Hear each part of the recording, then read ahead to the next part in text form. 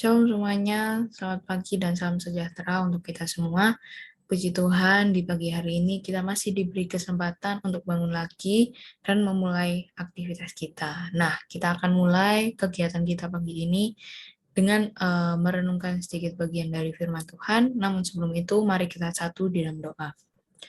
Ya Tuhan, Allah Bapa kami yang bertahta dalam kerajaan surga, puji syukur kami mau panjatkan kehadirat-Mu ya Tuhan.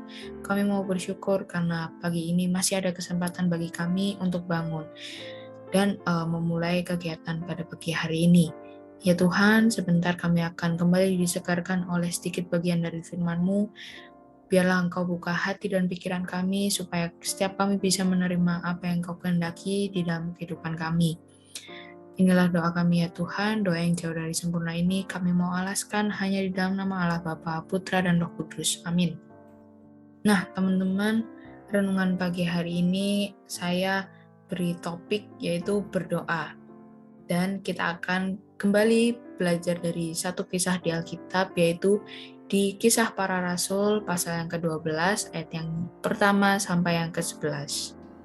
Kisah Para Rasul 12 ayat yang pertama sampai yang ke-11. Yakobus mati, Petrus dilepaskan dari penjara. Kira-kira pada waktu itu Raja Herodes mulai bertindak dengan keras terhadap beberapa orang dari jemaat. Ia menyuruh membunuh Yakobus, saudara Yohanes, dengan pedang.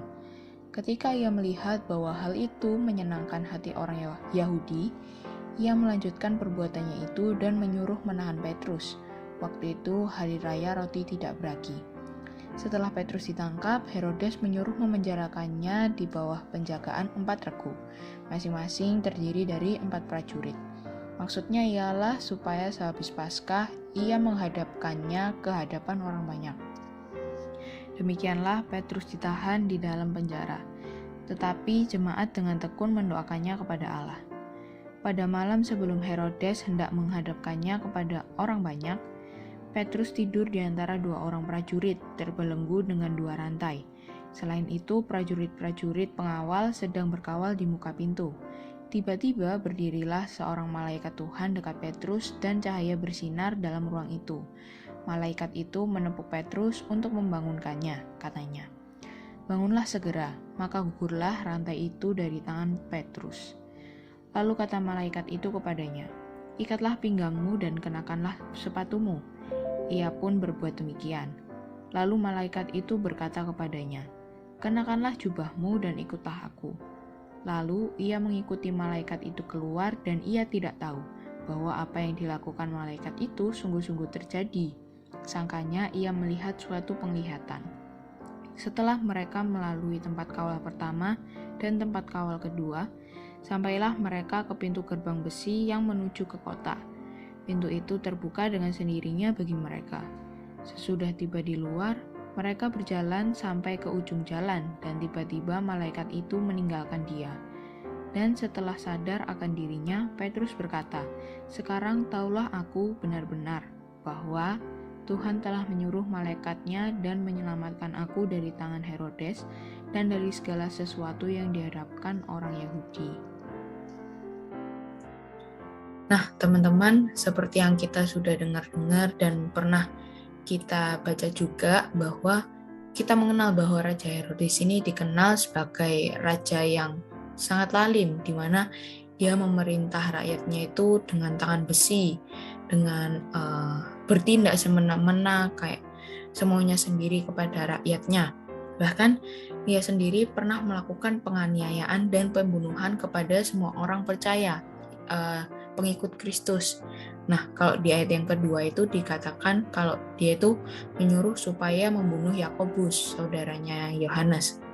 Nah, ketika Herodes melihat bahwa hal itu tuh disukai, disenangi sama umat Yahudi, jadinya ia menyuruh supaya Petrus itu dipenjarakan. Ia menyuruh supaya Petrus dijebloskan ke dalam penjara dengan pengawasan yang sangat ketat, karena keesokan harinya akan diperhadapkan kepada jemaat. Nah, teman-teman, kalau kita lihat di situ Petrus dijaga dengan sangat ketat, di mana dia dijaga sama 4 regu dan tiap regunya itu ada 4 orang. Nah, itu ada di ayat yang keempat tadi ya. Dan Di situ secara manusia Petrus kan kayak gak ada harapan buat keluar karena udah dijaga 16 prajurit, terus kaki tangannya dibelenggu. Pasti kayak gak mungkin banget buat Petrus itu keluar. Jadinya Petrus cuma bisa berserah pada kehendak Tuhan. Nah, dalam kondisinya yang gak berdaya ini, dan ketika Petrus ini tertidur pulas, tiba-tiba ada malaikat Tuhan yang datang, yang diutus Tuhan untuk membawa Petrus keluar dari penjara tersebut. Keren banget karena Petrus ini bisa keluar akhirnya, keluar dari penjara dengan kondisinya yang tadi itu dijaga dan dibelenggu kayak tadi. Nah, gimana ya Petrus ini bisa keluar dari penjara? Nah, itu semua itu karena kekuatan doa tadi. Nah, kalau di ayat yang kelima tadi kan dibilang bahwa jemaat-jemaat ini mendoakan keselamatannya Petrus. Nah, doa yang dinaikkan dengan tekun, yang penuh iman dan penuh percaya ini bisa menggetarkan surga, bisa menyentuh hati Tuhan kita, dan Tuhan pun turun tangan dan bekerja menyatakan kuasanya di setiap hal yang kita doakan. Nah, akhirnya dengan para jemaat tadi berdoa dan akhirnya Petrus pun dikeluarkan dari penjara, itu membuat Petrus luput dari kematian. Nah, teman-teman, di sini saya mau sharing sedikit cerita saya ketika saya mengalami mungkin kelemahan iman ya. Jadi saya di situ kurang berdoa jadinya. Jadi pada suatu saat, suatu ketika saya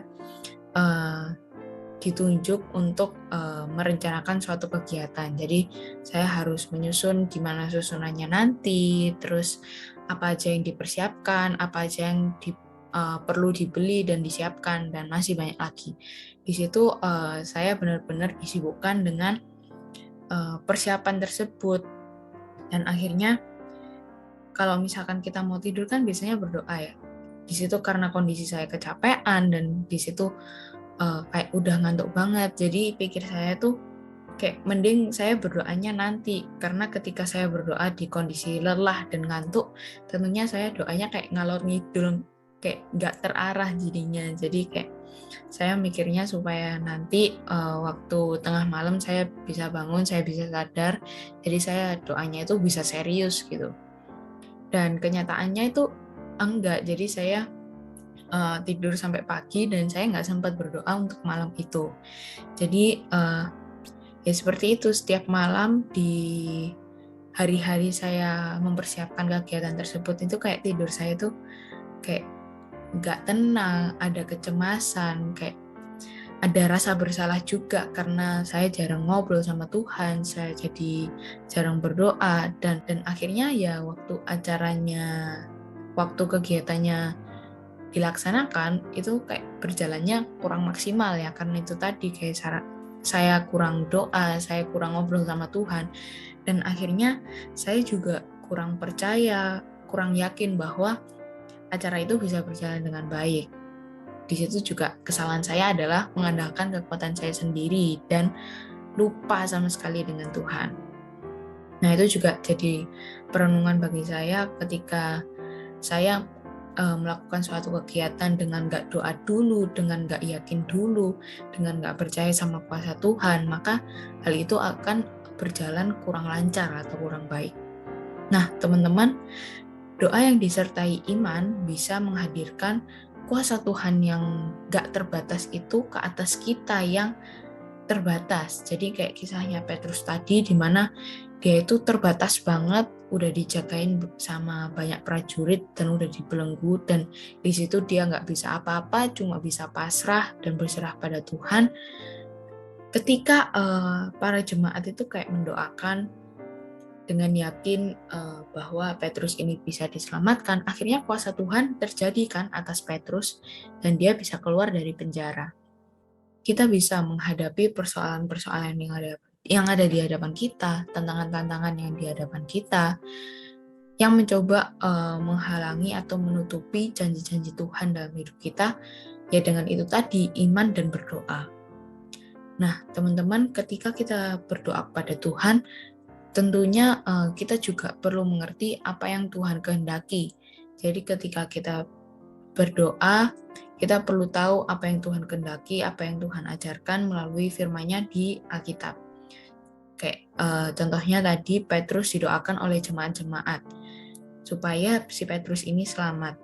Nah, tentunya ketika jemaat-jemaat ini berdoa dengan yakin dan percaya, para jemaat ini tahu ketika nantinya Petrus diselamatkan, diloloskan dari penjara itu, akan semakin membuat orang-orang lain itu tahu dan sadar bahwa Tuhan dan kuasanya itu nyata, sehingga semakin banyak orang yang mau datang pada Tuhan, karena Tuhan juga menghendaki supaya setiap orang yang ada di dunia ini buat datang dan percaya pada Tuhan. Jadi ketika berdoa kita harus sesuai sama apa yang Tuhan kehendaki dan sesuai sama apa yang Tuhan ajarin.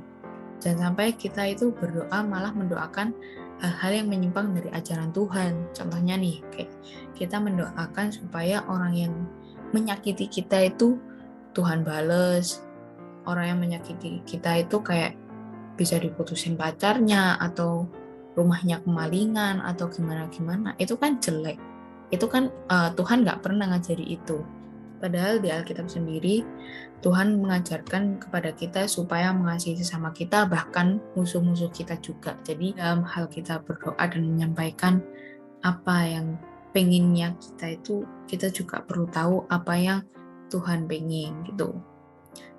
Seperti yang dikatakan di 1 Yohanes 5 ayat yang ke-14. Dan inilah keberanian percaya kita kepadanya, yaitu bahwa Ia mengabulkan doa kita jika kita meminta sesuatu kepadanya menurut kehendaknya. Nah, itu yang perlu kita garis bawahi, yaitu menurut kehendaknya.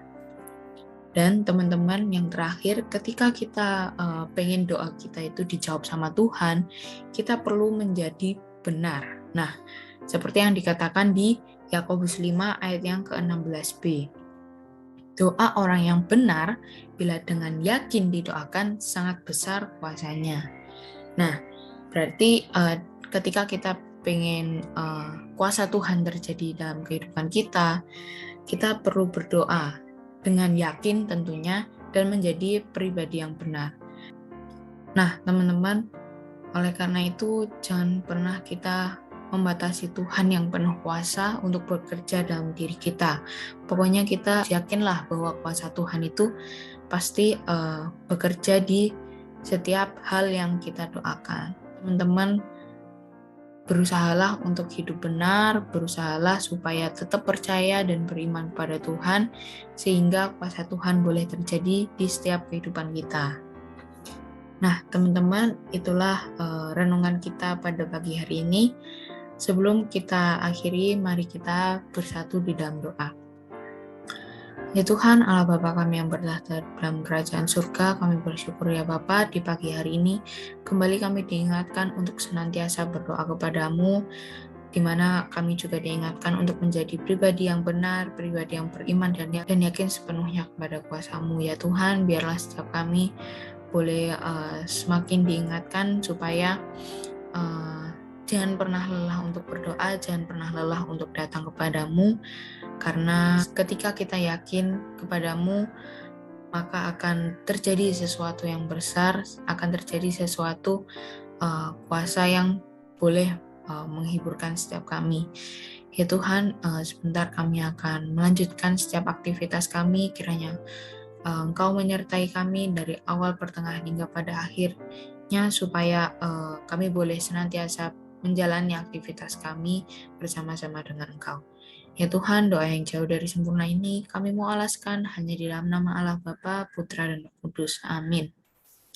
Nah, itu tadi teman-teman renungan pada pagi hari ini, kiranya boleh menjadi suatu berkat bagi setiap kita yang mendengarkan. Oke, selamat beraktivitas dan tetap jaga kesehatan. Tuhan Yesus memberkati.